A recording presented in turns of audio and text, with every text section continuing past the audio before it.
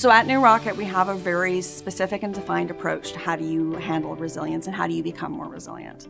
It is about building your foundation and then 4 pillars towards being resilient. The first thing you need to do is you need to know what your assets are and you need to know how important they are to you. Then you need to actually know what are the risks that could be associated to those assets and how are you going to handle them and where are you going to respond. It's really important, and I think this is something that's sometimes missed in compliance programs. Make sure your asset owners know what's going to happen to you or what's going to happen to you if they don't follow the rules. Also making sure they actually know what rules are expected of them before they're found in failure.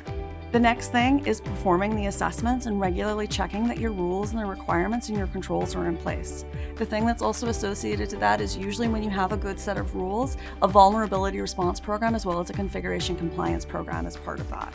The next step is making sure you've identified all the things that could go wrong. What are your worst case scenarios? What are the potential failures that could be impacting your assets? And making sure you have a plan to correct them.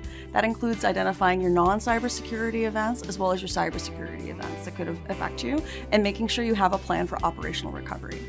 The next pillar would be to make sure that once you've actually identified all the things that could go wrong, when the inevitable happens and something does go wrong, enacting your recovery as quickly as possible with a prioritization of operational recovery.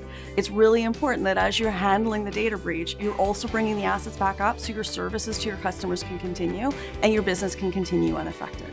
Finally, last but not least, your third parties need to be held accountable to the same rules and standards that you have.